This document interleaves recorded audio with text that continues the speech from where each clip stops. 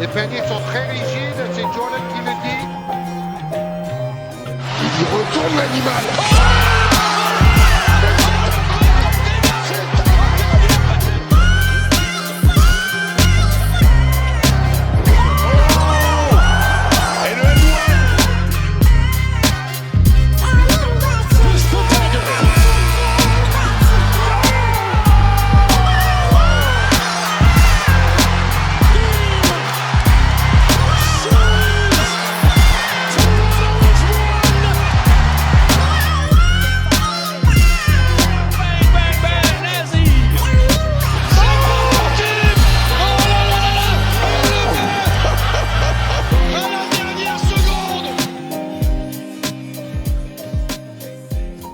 Bonjour à tous, très content de vous retrouver aujourd'hui pour une nouvelle vidéo pour continuer notre guide NBA de la saison 2025-2026. On s'intéresse donc tous les jours à une nouvelle équipe NBA avant le début de la saison. Et aujourd'hui, ça sera au tour des Charlotte Hornets. Et on va se demander si cette équipe, on a encore de l'espoir pour elle. Parce que ces dernières saisons, ça n'a pas été exceptionnel. Et dans l'histoire de cette franchise, ça n'a pas non plus été vraiment exceptionnel. C'est l'une des franchises les plus récentes de l'histoire de la NBA. C'est l'une des dernières aussi à avoir changé de nom. À l'origine, c'était donc les Hornets, déjà dès le début, en 1988, comme on peut voir ici sur la photo de classe de l'époque. Et ce maillot donc rayé, un peu comme un maillot de football. Et ensuite, il y a eu la période évidemment Alonzo Mourning, avec ses Hornets, mais qui est vite parti des Hornets pour aller au Heat. Parce qu'ils ne pouvaient pas atteindre grand chose malheureusement avec les Hornets. On a ensuite eu cette période avec Kemba Walker, avec Bismack Biyombo, donc dans cet autre nom de franchise qui était les Charlotte Bobcats. C'était il y a encore quelques années, il y a encore un peu plus de 10 ans. Il y a 11 ans, ils s'appelaient encore les Bobcats. C'est la dernière équipe donc à avoir changé de nom en NBA. On a eu aussi cette période avec nos deux Français, nos deux légendes du basket français, Nico Batum ici, Tony Parker ici, qui jouaient en même temps aux Hornets pour Tony Parker pour terminer sa carrière en NBA, et qui parlait donc à Eli Okobo, époque Suns, avant l'arrivée de cet homme, LaMelo Ball, et de plein d'autres joueurs, Brandon Miller, Miles Bridges aussi, dans cette ville, qu'on appelle Buzz City, et que parfois on pourrait presque appeler Bad Buzz City, tellement il y a des sales histoires qui entourent certains joueurs de cette équipe. C'est en tout cas ce qui a animé les débats extrasportifs, en tout cas ces dernières années. Et effectivement, c'était le débat il y a déjà un an, autour de ce joueur, Miles Bridges, autour de Brandon Miller aussi, qui ont fait ou vécu des choses pas très très terribles, hors NBA, hors contexte basket. Bref, nous ce qui nous intéresse aujourd'hui, c'est le basket pour le coup. Et cette équipe qui a un très très mauvais bilan la saison passée, 19 victoires seulement pour 63 défaites, 14e à l'Est. Mais à la limite 14e, c'est plutôt bien payé parce qu'en fait ils sont à une victoire du dernier de l'Est, qui était à 18 victoires, donc c'était les Wizards, à une victoire seulement du dernier. Donc c'est plutôt bien payé, 14e quand même, et évidemment pas qualifié pour les playoffs, malgré de jeunes talents assez intéressants, et une équipe qui est vraiment une équipe popcorn en NBA, qui peut faire des actions incroyables. Là, vraiment, on a 3 joueurs qui sont incroyables sur un terrain, qui peuvent faire des choses incroyables, mais qui, soit pour des problèmes extra-sportifs, soit pour des problèmes de blessures, manquent beaucoup de matchs, et n'ont parfois pas la tête au basket, on a l'impression. En tout cas, cette équipe, elle fait partie des pires équipes en termes statistiques. La meilleure stat, c'est les rebonds offensifs, 6ème, et sinon, 16ème au rebond défensif. Et sinon, les autres stats, c'est à chaque fois dans les 10 pires équipes, et il y en a même 6, de ces 9 stats dans lesquelles ils sont parmi les 5 pires équipes de la NBA. Pire équipe en termes de points par match, pire équipe en termes de pourcentage au tir par match, l'antépénultième, l'avant-avant-dernière en termes de tirs réussis par match, pareil en termes de tirs à 3 points, de pourcentage à 3 points, 26e en termes de passes décisives, 26e en termes d'interception, bref.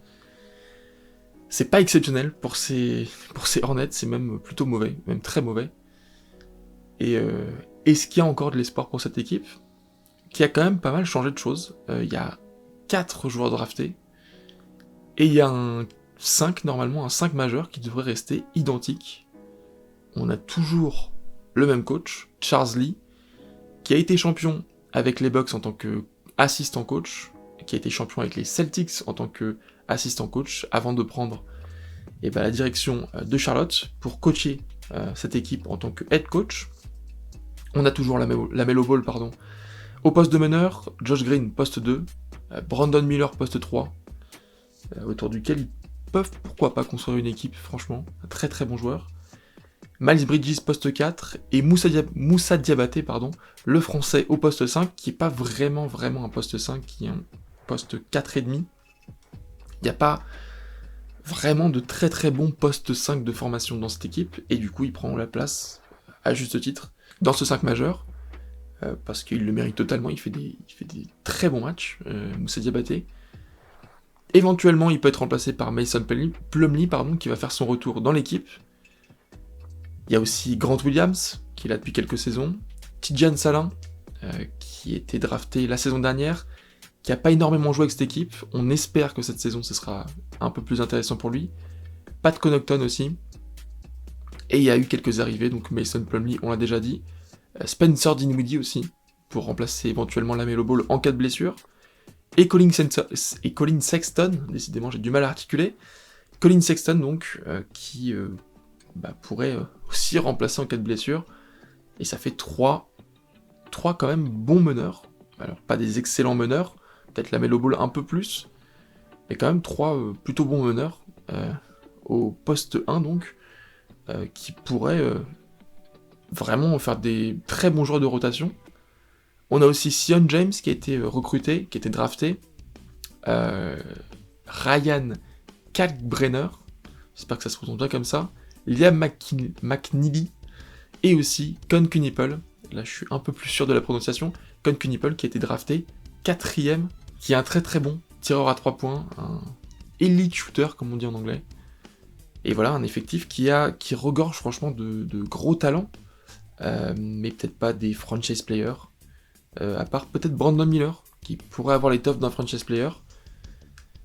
Mais sinon, voilà, un effectif qui, je pense, n'a pas l'étoffe pour jouer vraiment des playoffs en NBA. Pour moi, leur but là, c'est d'aller chercher des pics de draft. C'est assez triste, mais le tank, c'est parfois une chose qui s'avère positive dans la durée en tout cas.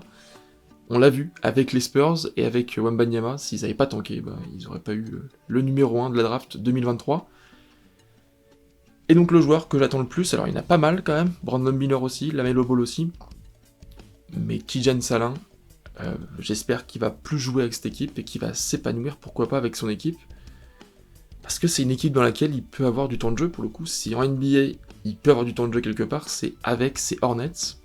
Faut quand même rappeler que c'est un très jeune joueur, il a été drafté à 19 ans, il est encore très jeune, il n'est pas encore vraiment développé pour le basket, mais quand même, c'est pas un très bon pourcentage au tir, 33%, à 6 points par match, à quasiment 5 rebonds, c'est pas exceptionnel comme stat, et il a la possibilité vraiment de faire mieux. On lui laisse une deuxième chance, on lui laisse encore une chance, donc vraiment j'espère qu'il va tout donner cette saison, qu'il va s'épanouir dans une équipe NBA, même si c'est une équipe qui joue pas les playoffs.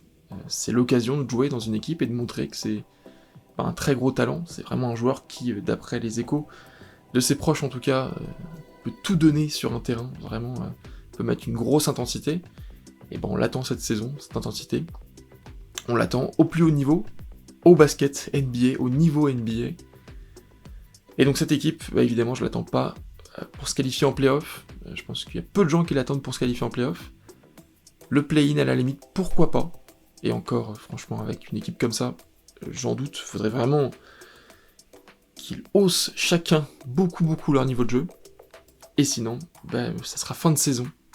C'est en tout cas ce que je pense, avec quand même une 13ème place, je les vois pas non plus 14ème ou 15ème, je les vois 13ème, mais pourquoi pas, ça me paraît pas non plus impossible de les voir terminer 15ème, 15e, pardon. J'aimerais bien pour le coup avancer chaque équipe de 1 rang, mais c'est pas possible évidemment. On a toujours tendance à les voir un peu plus beaux que ce qu'ils ne sont au début de la saison. Mais les Hornets, ça pourrait s'écrouler en cours de saison, ça serait pas inenvisageable en tout cas. Je l'espère pas pour eux, évidemment, et pas pour Tidjane Salin, évidemment aussi. Voilà, en tout cas, je les imagine 13e, dites-moi ce que vous en pensez en commentaire, n'hésitez pas à donner votre avis, et à me dire si cette vidéo vous a plu en mettant un pouce bleu, pourquoi pas cette vidéo, ça me ferait très plaisir, ou en vous abonnant, c'est aussi une super manière de me soutenir, pour ne pas manquer aussi les prochaines vidéos, parce qu'on va continuer tous les jours, jusqu'au début de la saison NBA qui approche à grands pas, c'est quasiment dans une semaine maintenant, et d'ici là, moi je vous dis à très vite.